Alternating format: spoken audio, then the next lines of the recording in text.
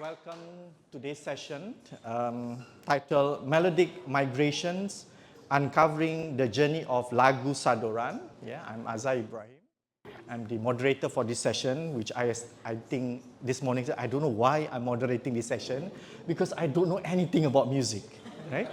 And it's, I think I'm the jahil, yeah, of this music scene. And I'm glad to see many friends here who I know, who are in the expert in the field of music, musicology, and name it, yeah.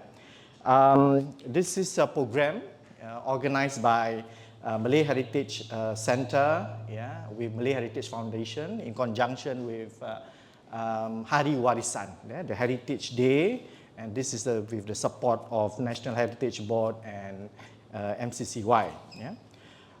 Today we are exploring the vibrant sonic ties between the Nusantara, Malay-Indonesian world, and our global counterparts, and how melodies has transcended borders and languages. Yeah, I'm sure these two gentlemen are the expert, shaping the rich tapestry of Southeast Asian music heritage. Yeah. For this session, we'll be deep diving into the notion, the concept of the idea of Lagu Saduran, yeah. Especially the movement of adapting and adopting songs from other languages into Bahasa Melayu or Bahasa Indonesia in the era 60s and 80s. Yeah? I'm sure some of you have done this research on this field, yeah? And later on we will hear from our expert, and of course you can share your inputs and your readings to this. Yeah? Let me first introduce Professor Eugene, yeah, my former colleague at NIE, yeah, and I know he's the music doyen, I would say, yeah, and he's the one that I always admire, always moving robustly, yeah, from one room to another, yeah, and I sometimes was wondering why this Professor Eugene always very busy, yeah, because I think his mind is musical too, he's moving from one room to another, and he has a lot of students at NIE, I know, yeah. He will be sharing about the music connection between some of the most beloved Malay songs and their Japanese, Hispanic, Hindi, and the American origins. Yeah? Professor Eugene is the professor in visual and performing arts and academic group at NIE and TU. His interests are in interdisciplinary perspective on music, education, as well as musical practices in Singapore. Right, let's welcome Professor Eugene. I want to hear your lecture today. Please do. Okay. Yeah, because we've worked in classrooms before, I will not worry about the sense of projection.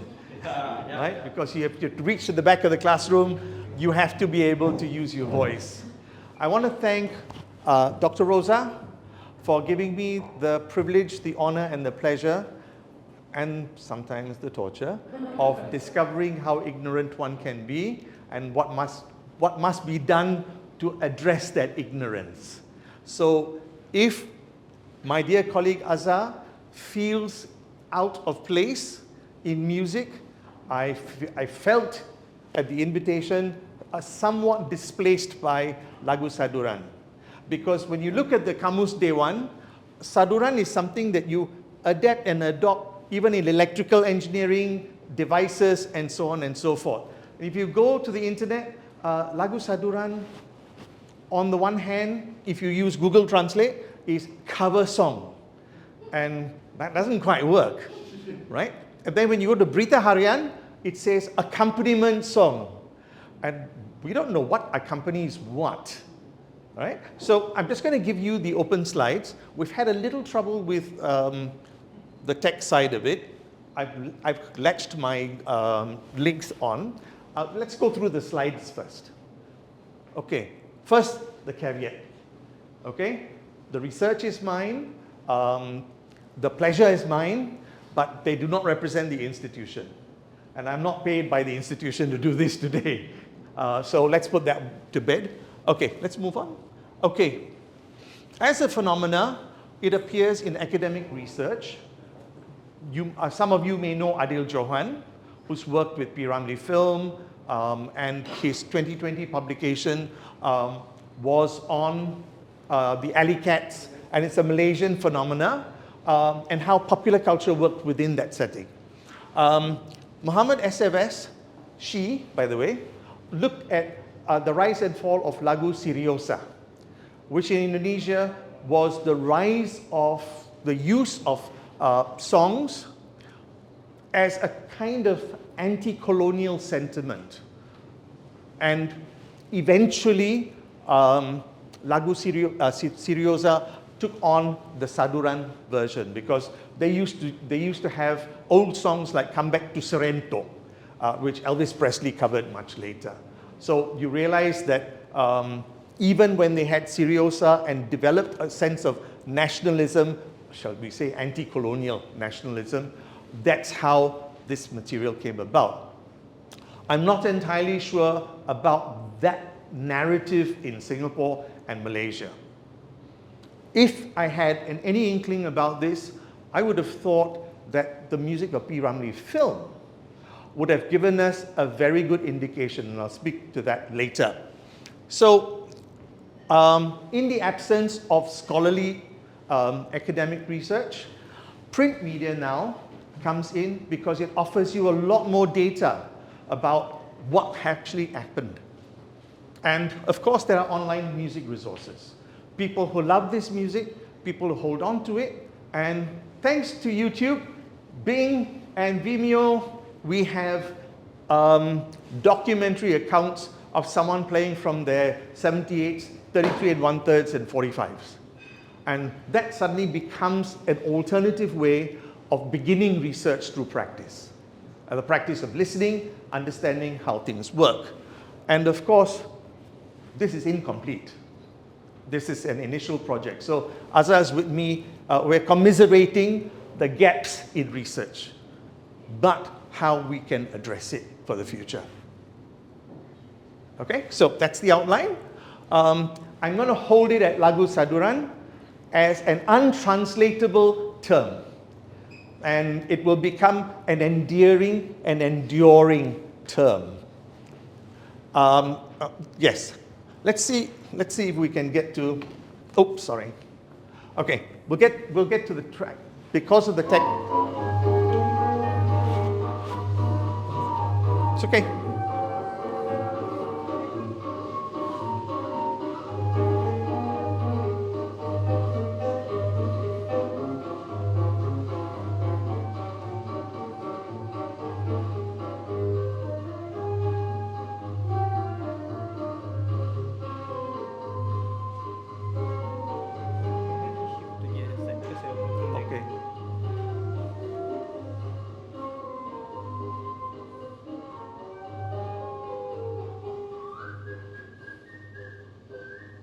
Okay, in the interests of time, the slides will be available to anyone who wishes for it.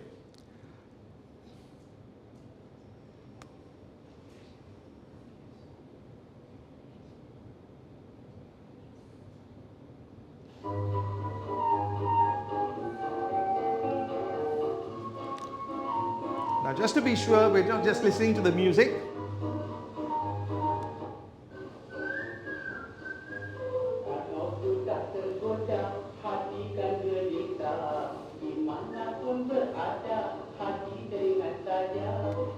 Okay, so the soundscape is literally migrated onto another space, but the language and the text is now Bahasa Melayu. And that's a critical point I will return to later.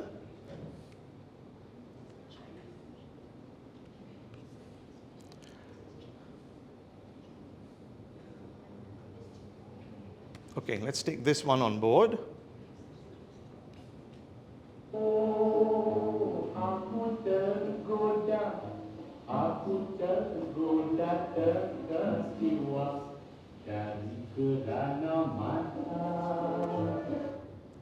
If it's familiar, it's been made familiar in different spaces.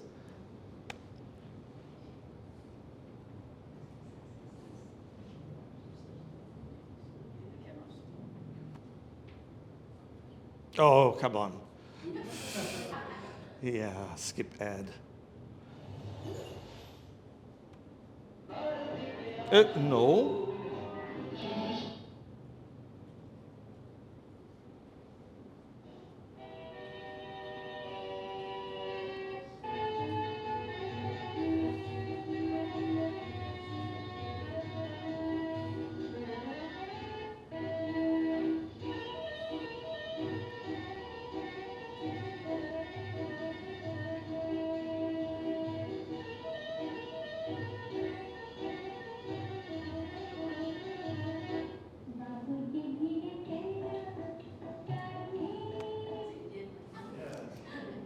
Hindustani. It's in Hindi, right? Okay. Had it been Tamil, it would have been a very different situation altogether. Probably the most famous example here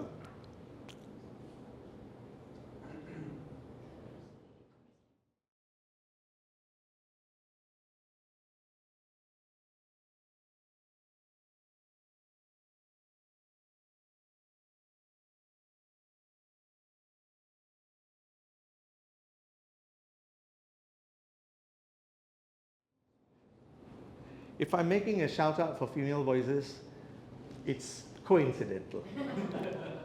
Okay? They obviously have a way of attracting attention or distracting attention. Okay.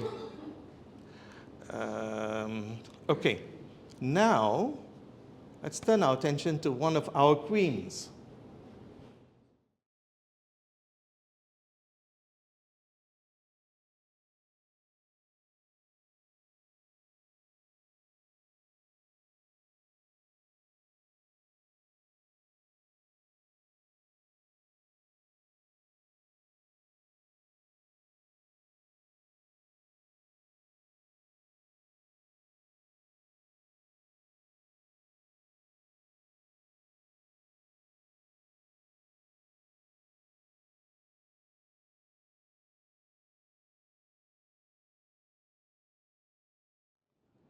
Okay, talk about memories, huh? Anita Sarawak, the Anita Sarawak, daughter of Siput Sarawak.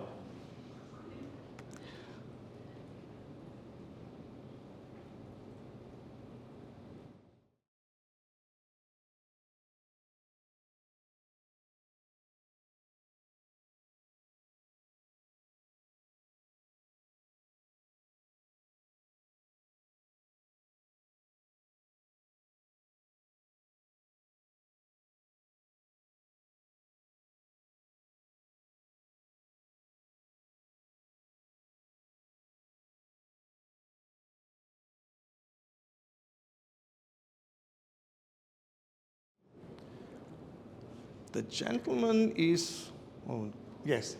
If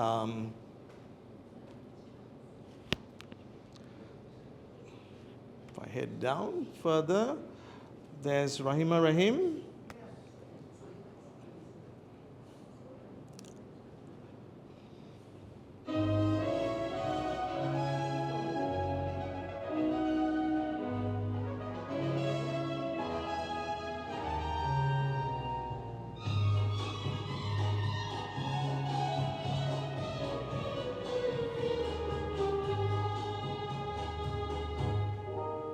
Tengok di sana sedang berlalu masing-masing dengan hebatnya. Lari ke kiri, lari ke kanan, bila saja turun padam. Okay. Mindful of the time, Mazza, don't worry.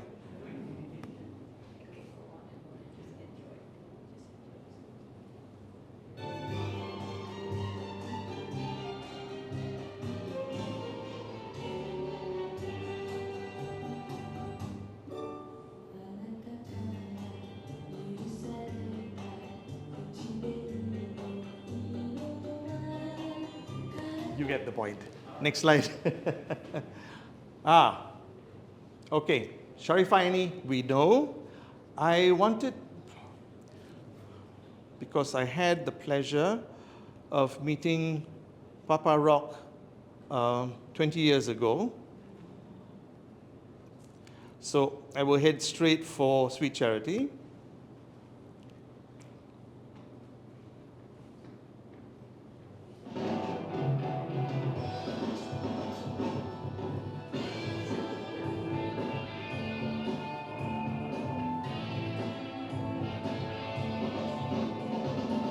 Senang-senang duduk berhayalan, pikiran jauh melayang-layang, kadang berangan jadi orang kaya, punya uang berjuta, hidup serba mewah. Okay. And where does that come from?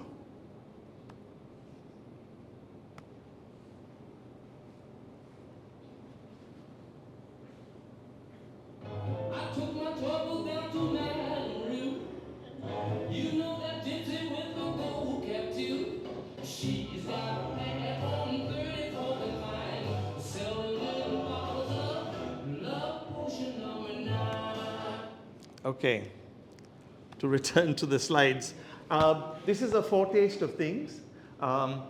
There's an entire reservoir of people who have endeared and endured themselves collecting this on AI. I mean, to me, that's the most useful use of technological affordances. You know, not writing your essays in GAI. Okay, let's go on to the slides. Okay, so I wanted to focus today on music and text because so much is made about the music. And yet, think about the writers, the lyric writers in Bahasa Melayu, which now becomes a language. And you have to ask yourself the serious question. Once it's Bahasa Melayu, it's no longer just music. It's about how lyric writers are able to move melodic ideas into Bahasa Melayu. The poetic scansion, the verses, the choruses, and so on and so forth. And if I've given you any evidence of how they've adapted themselves, you listen to the performers, you realize, wow, okay, the melody sounds the same. Maybe the orchestration is not the same, the ensemble is not the same, the instrumentation is not the same. But the skill of the lyric writers. I know I'm doing spoiler alert for later this afternoon, but no apology necessary there, right? And Ironman talks about songs being more than texts. Yes, there is the written text, but there's also the speech act, the performed text. And we've got some of the best talent performing text in both senses. You know, I mean, I've introduced to you people who are already household names. They are gems in Singapore's heritage and history. And so Foucault talks about langue, which is the English language or the French language, and langage, which is philosophical or medical language. Musical language would be one of those things. We never worry about the text. We worry about melody, harmony, rhythm, texture, timbre, dynamics, etc., etc., etc. But you cannot unhand both music and text. So, any interrogative strategy involving song needs to consider the processes of transcription, transliteration, transposition, or translation involving langage, and parole. And that's where Lagu Saduran is.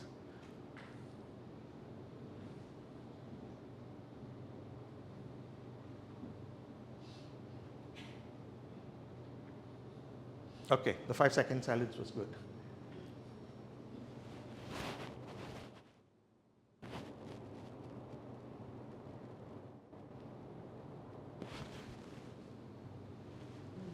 Thank you.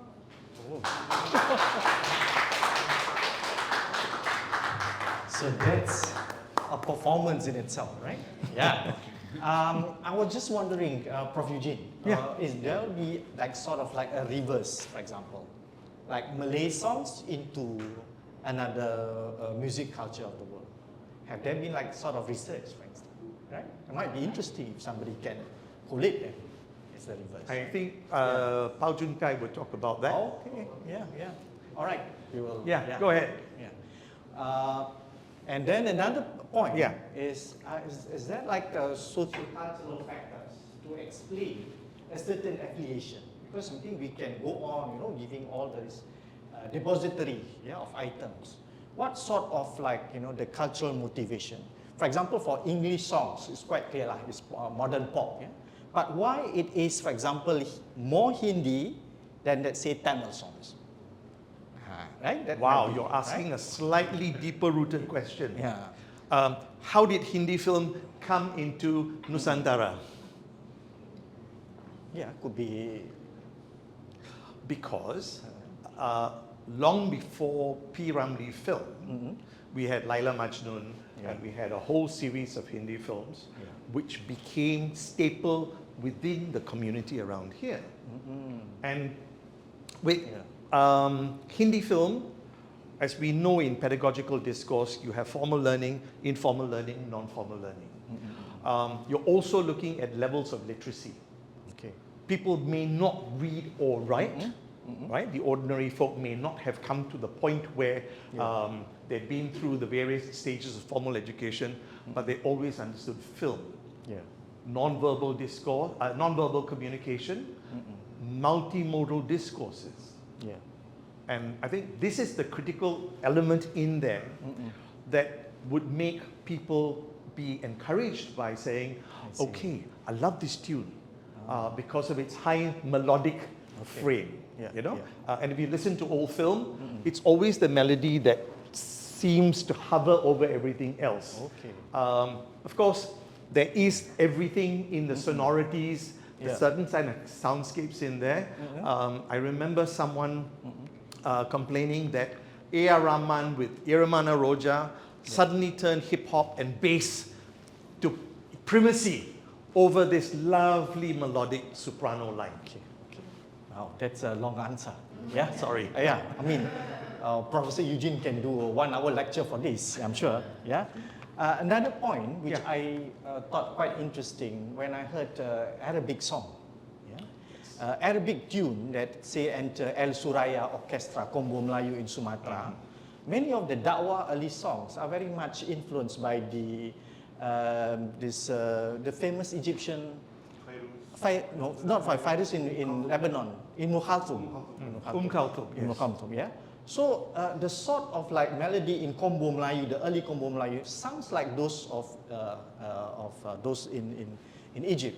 But another interesting point, some of the songs by Fairuz has, when you read, you watch at the YouTube, has that Lebanese and even Christians background.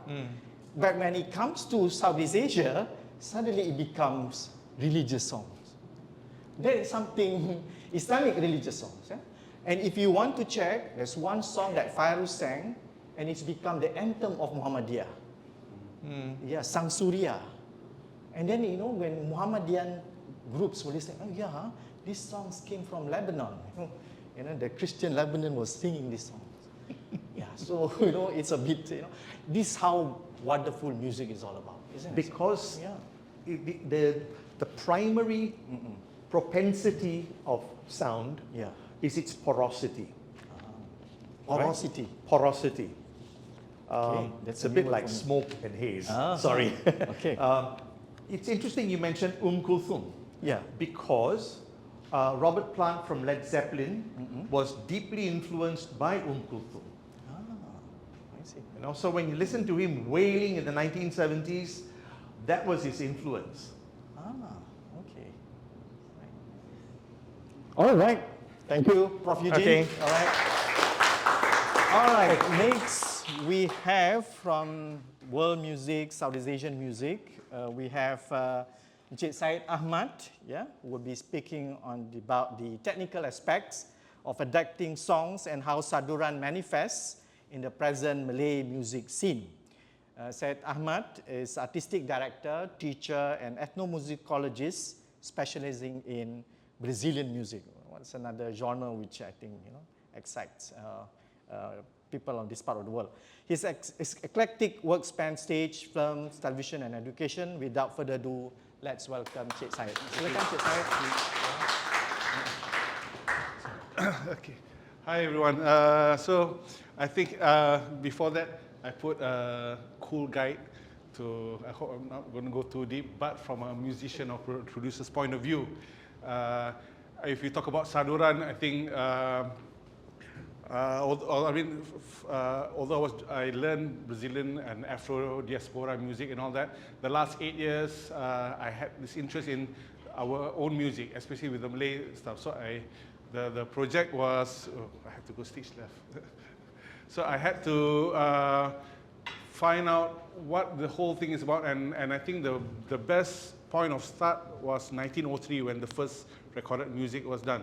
By Nuri Terbang Malam. So I was lucky to do things at Esplanade with this project. So from that, I think if we talk about Saduran, we are talking about more than 100 years of things that I don't think I can say in 10-15 minutes. So I just want to highlight some of the unique stuff and then see how we go from there. So like he says, like Dr. Eugene says, we don't have internet or whatever in the 20s, 30s, so mostly at the ports, we get the records and all, whatever, and that is the point of reference that we get. So I think the interesting stuff, like for this, he 1937 when the spelling is totally different, Dutch Indies, and then he covered it again in 1959, and then the original song, and how from someone here with Indonesian background especially to listen to the song and then do the Saduran. Okay, so can we play that first, the first one? Maybe while they try to get this, I like to highlight this word here, rumba. So originally, it is sung in, if you can play it, just play it in time. Yeah. It's played,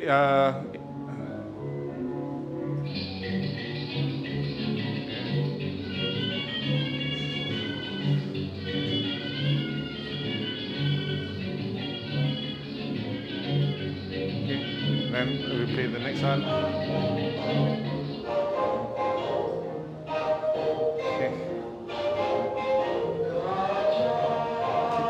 The lyrics is about the same, but then the local one has a bit more emphasis, has a bit more, he's talking about kacang goreng,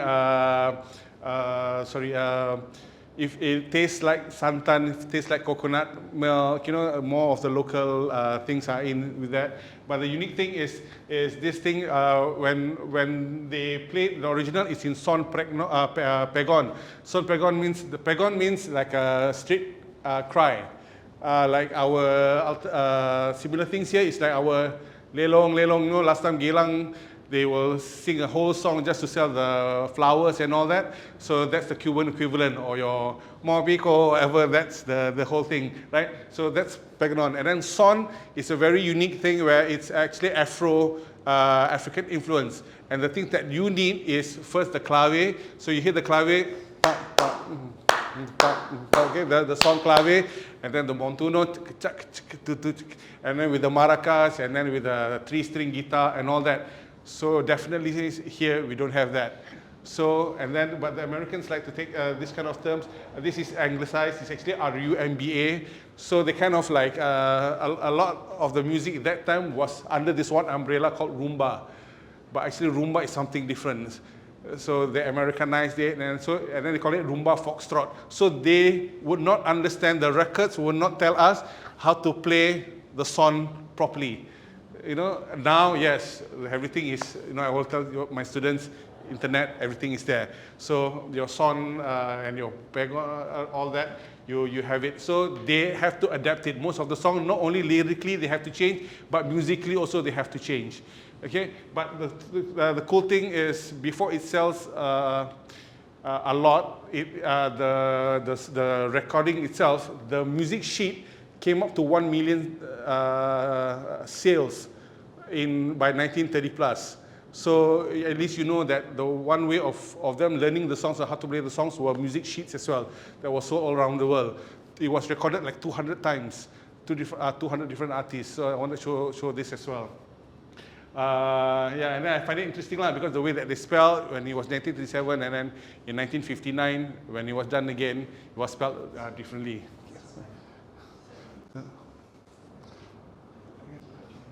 So yeah, I mean, I think we don't need to play this. But just listen. So I mean, another one is Indian music, like you say, or Hindustan music.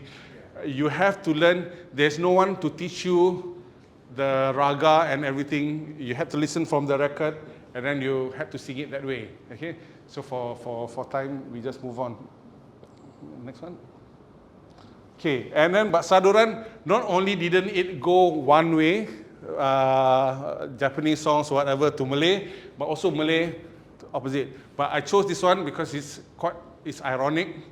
The Japanese used this in a movie, Tiger of Malaya in 1943. So the Japanese are singing Rasa Sayang, but then the lyrics I wanted to write, and then I thought, I think it's too violent too sadistic, too violent to put it on sana. Okay, I mean, the safest ones I can say is like burn the flag and whatever, and the other thing is all very kill you. But then chorus, rasa sayang, hey, rasa sayang, hey. Okay, so I needed to show this. Okay.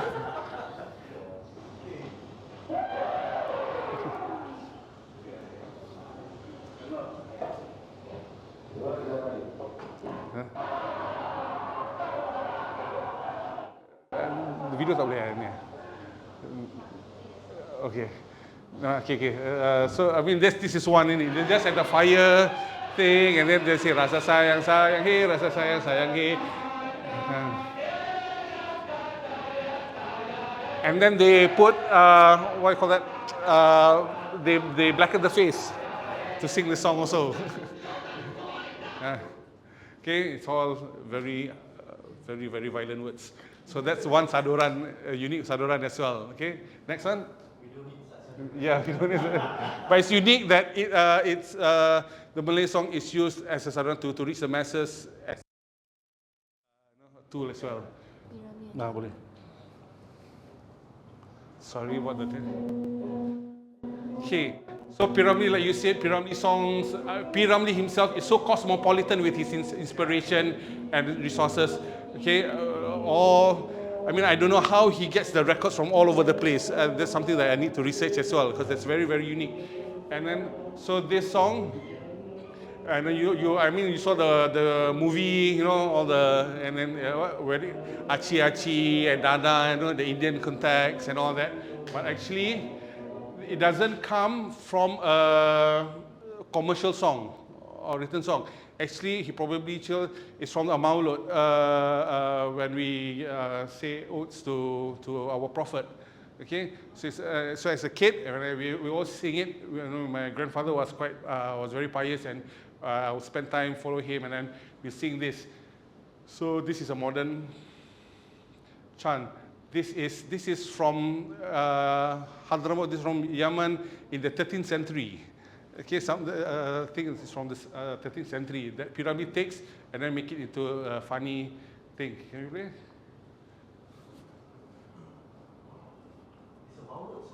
It's a maulud song. It's not a song lah. It's a maulud lah. It's just a chant. Yeah.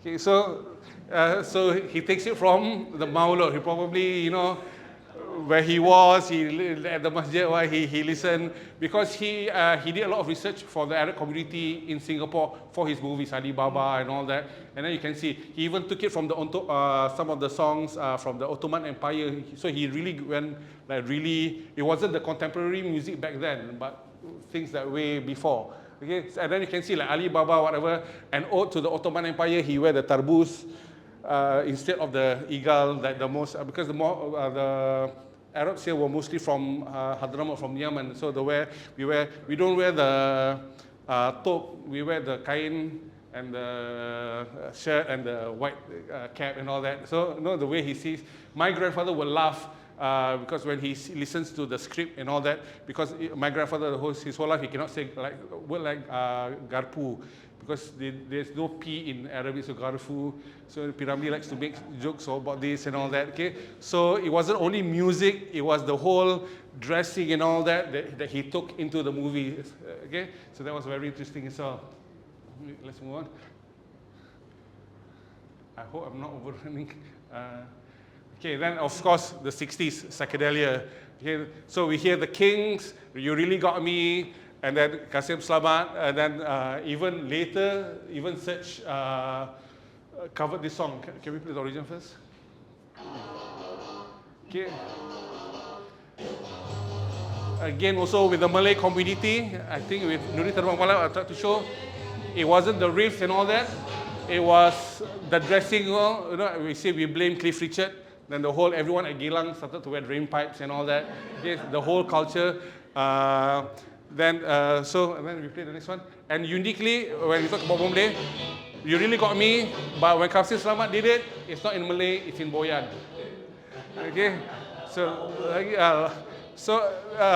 this is Lagomber, Lagomber. So Lagomber is taken straight, I mean, musically, exactly like the Kings. But then that riff, he reused it again, he rehashed it to make the famous Lauber. Okay, here we play the third one. It's the same riff. Okay, but then the chorus all different. So, and then again in Boyan. Okay, and this song made it big in Europe, especially in Germany. Okay, I think because of traveling or whatever, they didn't have, I don't know whether the luck or the opportunity to have tours there. Okay, but they should have. Okay, the last one. And then like 20, 30 years after that, Serge tried to revisit the song, but call it Sirih dan Gambir. It's totally different. The lyrics didn't have the same context anymore. But okay, but I mean you can hear lah. Okay, it's the same thing, same riff, still rock. Okay, so again, it's the whole thing. And then I wanted to highlight also the Saduran thing, especially in the 60s, because certain things we take for granted, but as a musician and all that, right? The people here have just like electric guitars or drum set. Instruments just got electrified, so to speak. They weren't playing bass like that, they were playing the bass like this and all that. So they had to adapt how to play all those things with the reverb and all this. So they had to hear from recording, all that, all that had to learn as well. So it wasn't about lyrics, so it was about playing it and how to play those music as well. Okay. Okay. And then to say about how universal Saduran is, this song Anak, and then in Nusantara itself, in Malaysia, it's covered twice by Carefree, Sweet Charity, in Indonesia. The next one, okay, it's recorded 51 times. It's recorded in 51 languages, and this is some of the languages that it's recorded before. Okay, so you can see it's really cool. I think the song has so much universal appeal. I think because of the lyrics as well and how cool the melody is. Okay, move on. And then we talk about a lot of the Indonesian songs that became Malay songs and how cool it was. You listen to it like, hey, it sounds very Malay, but actually, it's Japanese, whatever. Right? So, but I choose this one for one thing because of the unique thing as well. So when they did the video, it's called, I hope I pronounce it correctly, Monsuto, which means monster. But if you see the monster in the video, it's actually more like the Ultraman monster. Okay? And the lyric itself, can we have the lyrics? Oh, lagu dekat sini. Yeah, so when they sing it, English translation, monster, it's very Japanese. My cute little darling, wake up, if you're thirsty, I'll buy you some tomato juice, if your fangs itch, I'll buy you iron fire. It's a very cute concept of a monster. Okay? But then when we come to the Malay one, when Sudirman did it, So in our context, so he chose the toyol. Toyol is the green goblin. Yeah, you know, that they steal money from you all that, okay? So the way he put it in that context, to me, is very, very unique. So Saduran also is a platform where they show their own culture. In the same context, we're talking about something we're all afraid of. This one, typical Japanese cute one, and then but the Malay one is the toyol. Okay, let's move on. Yeah, and then you have this. The music also, you have two things. The Michael Jackson laughing, ha ha ha ha ha, and then your early Batman shows. It's not all the drama. Even when they dance, they were doing, the typical Japanese, very kawaii. Then the early Batman. So, no, I just want to show some of the very cute. So Batman, you know. So even the original songs also, they were taking from a lot of different stuff. Yeah. So if you want to see Toyol, you want to hear Toyol, I think you can, it's on YouTube. Okay, we move on. Okay. Before you sleep tonight.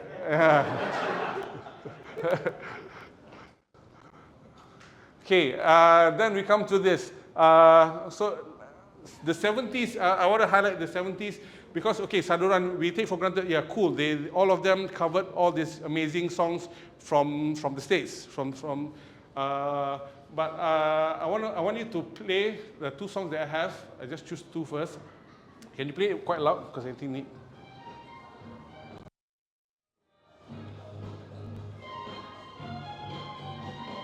Okay, I want you to hear the violin. Okay, and the Cookie Monster sound, the wah wah.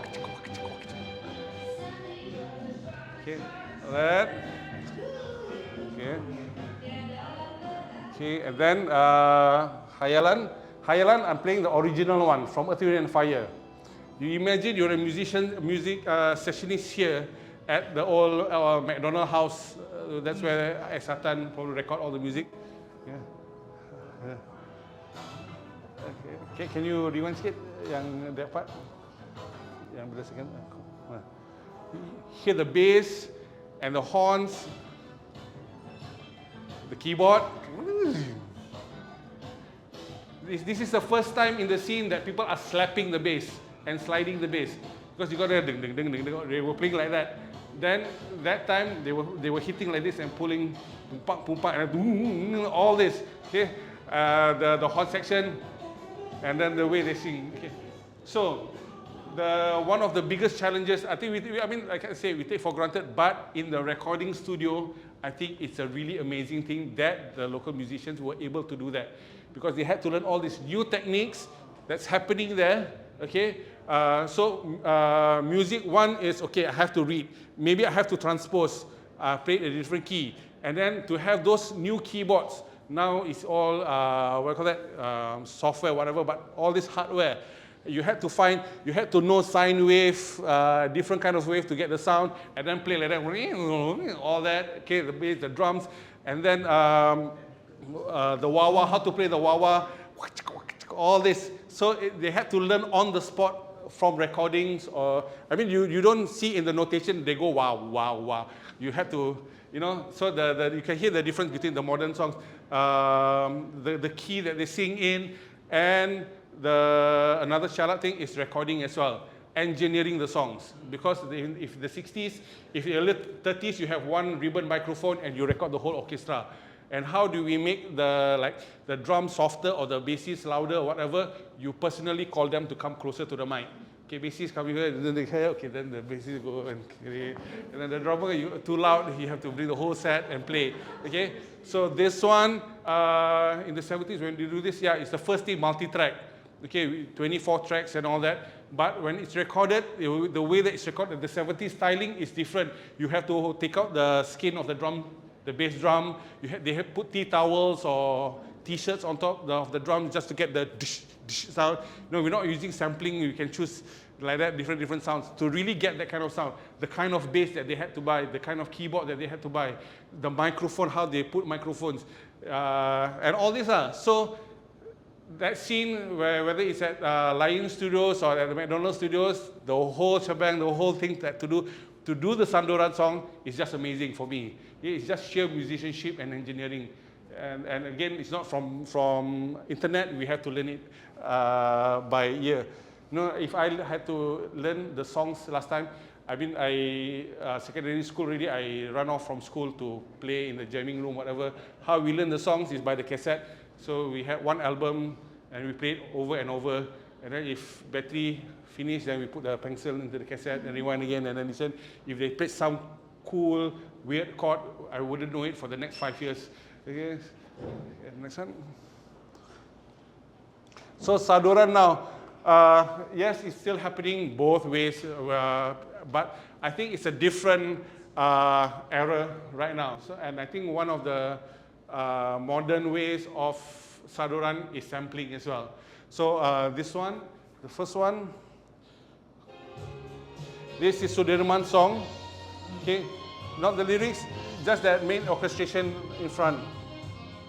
Yeah, hold on.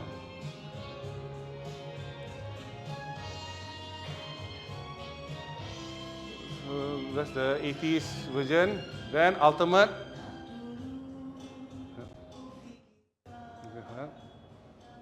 And then he just took it.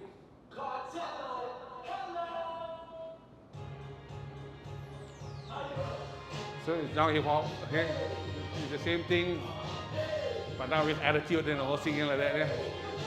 You have Sudirman sing very soft, very graceful, and then all these guys at KL.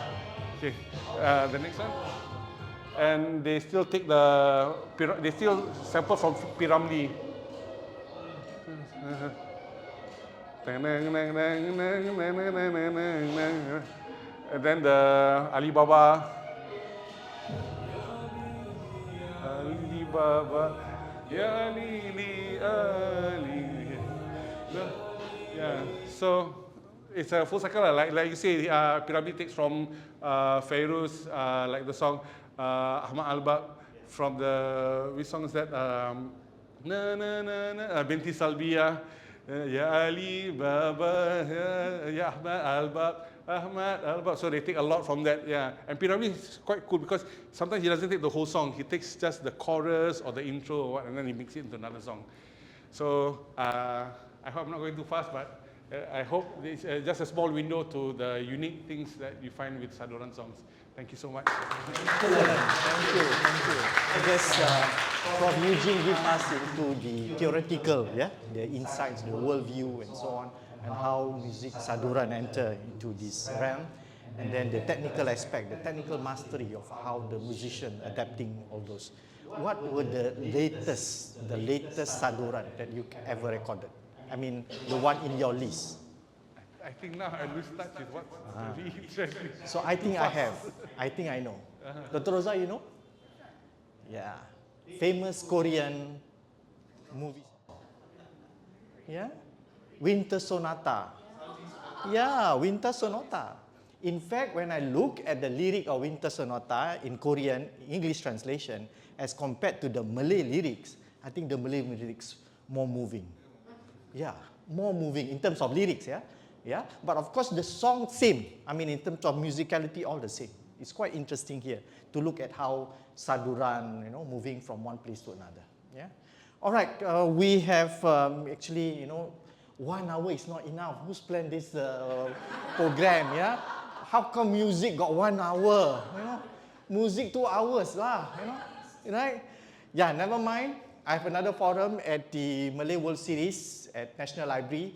I hope to invite 2 of these gentlemen. I'm sure they can share a lot of things for Singapore's audience. I think this is very important. We lack music literacy, I can say. Right? I mean, we have lots of things, music infrastructure, but music literacy amongst general public reading is actually quite low, I would say. You're conflating 2 different things, right? Oh yeah. Music literacy. And then we're asking, are you talking about literization or literarization? Okay, all the more we need Professor Lagu to deliberate in the public front. Yeah, I think we need more discourses to talk about music where society can make sense what music is all about, right? Rather than just consuming it and not knowing its significance, its social impacts, and so on, right? Okay, we have, since we start late, so we can borrow a bit of time, we can have about 10 minutes or so for Q&A. Is it okay? Right? Because we have another session coming. Yeah. All right. Any question or any comments, please do. Suddenly keep quiet pula. Anyone wants to add to this? Yeah. Dr. Lai. Hi, Ashar. Yeah. Thank you. I'm listening. I'm like you, you said so ignorant about this. So I've started this totally ignorant, but I found that even starting, you find that so many flows of music across historical times and periods. So how to arrange it, how to categorize it, how to analyze it, So I don't know enough, but I was tracking some of the flows from Hong Kong, China, to Southeast Asia during specific historical periods, and that is already so rich, So that's just one stream that one can look at. But within that, you also have to break it up. For example, understand the point that Azhar was trying to say, that what's really important from the sociological point of view, historical point of view, is the contextualization.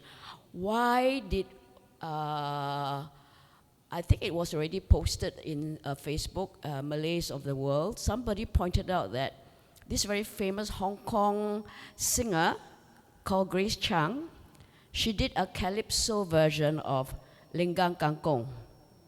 Okay? She borrowed the tune, but she changed the lyrics, and she gave it a calypso touch. So there's so many varieties of it, but I found that flow very interesting because they were also singing to Chinese communities in Southeast Asia. Okay, but at the same time, the Chinese communities in Southeast Asia, especially Indonesia, already assimilated in some ways. So some of the tunes are, so popular, you cannot not miss it. So something like, just another example, Ayo Mama is very Indonesian, but even I can sing that in Chinese and Indonesian version because it became a Malaysian song promoted by Sakura Teng. So there's so much of richness that I thought we could just track some of these various flows. Sorry, one other flow that I found that's very interesting is from Communist China. Okay, it's very controlled in some ways, but they actually adapted a lot of ethnic folk music, but put in the lyrics, the propaganda lyrics, and the Chinese lyrics. That's and some from Sumatra. Interestingly, from Sumatra. So a lot to follow up on. Thank you. Yeah.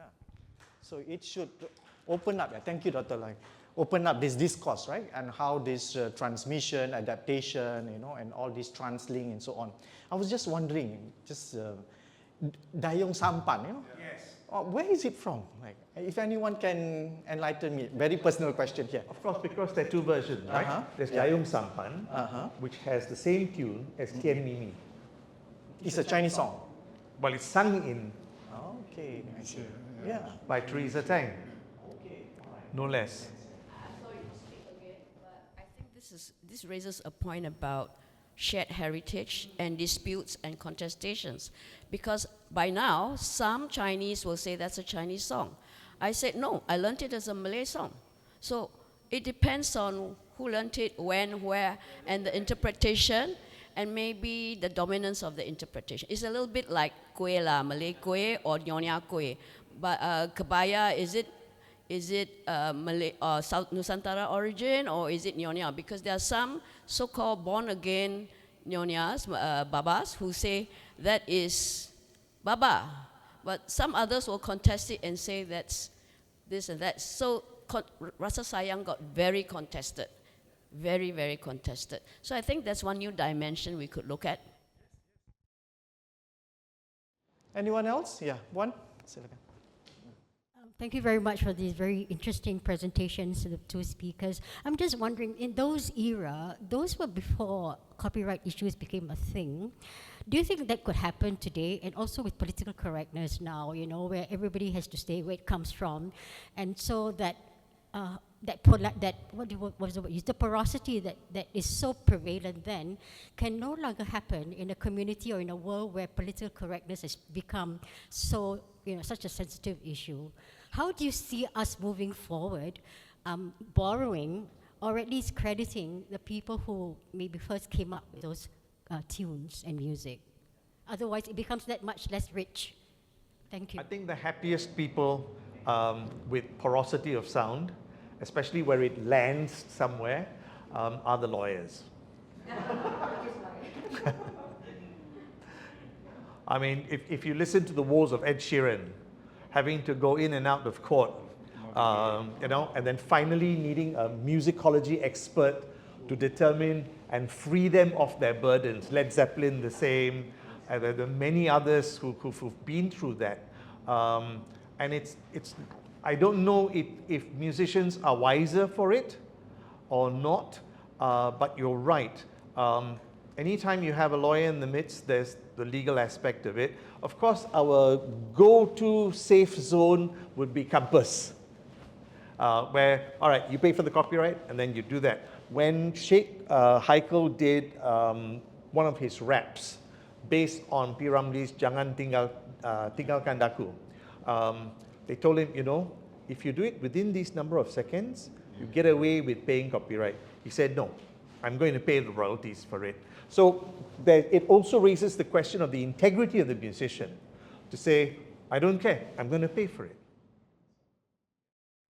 Your thoughts on I think the different eras also, I think the different approach. I think in the 60s and the 70s, they were not really stealing the song. The labels, I mean, before independent music, so to say in the 90s, the labels, EMI or WEA, whatever, bought the rights to the song for them to cover. So it was protected in a way. Yeah, so I mean, Earth, Wind & Fire still gets the money and all that, yeah.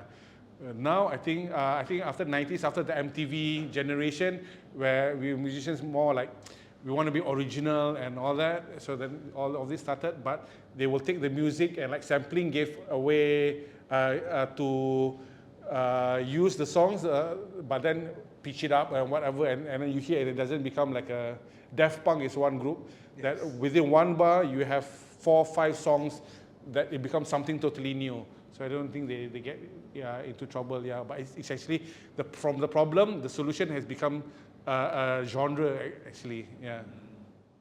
There's a parallel of this kind of adaptation, of course, in the world of literature. Right? Ever since 19th century, how Malay literary work adapted to English, textbooks and so on. And it evolved over time too. But when the Malay literature itself developed more and more, then we see less Saduran. That's quite interesting. Can we speculate in that sense in Malay music? A time where the music scene is not so well developed, so more Saduran. So today, people don't want to hear Saduran lah. For example, Winter Sonata, when Hazumi, nobody listened actually, right? But people still want to listen. Just listen to the Korean version. Why? Learn Korean, and to understand that music. And then, for instance, popular songs like Setia Nurhaliza all top the charts. No need to borrow anything from the Arab and so on. Just do our own. I mean, I'm speculating this. Yeah, with a more developed sector, therefore less Saduran, can be seen. But then again, if you think about it, I'm going back to Foucault and archaeology. Yeah. It's when you look at the present, you realize what the present has chosen from the past. Not that the past has evolved into the present. And so the choices are wider, broader, with all the, what do we call them? Yes, the legal 90-year period and so on and so forth. But why did people go to the Korean version?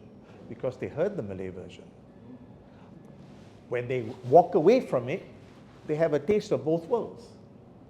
And I think because of the porosity, propensity, it gives people an opportunity. I mean, in classical music, for example, People want to go back to the days where you had the harpsichord and you played on gut string and you played on gut membrane, not because they wanted to go back 400 years, but they wanted a taste of what happened 400 years ago.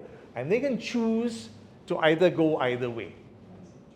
And I think when we deal with Saduran, Saduran is a really big word because we've included culture, economics, sound production, socio-economics, cross-religious encounters. Sure. Yeah.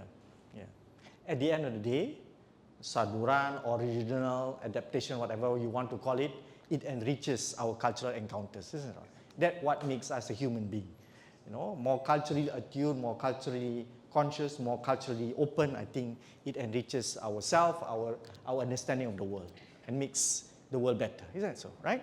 All right, on that note, I have to end this session. Short, sweet. All right, can we put our hands together for our two speakers? Yeah. Thank you for your time. I look forward, and I'm sure this year I can plan something at National Library. If you want to listen to these two gentlemen, I will invite them again at the Malay World Series. Just check out National Library's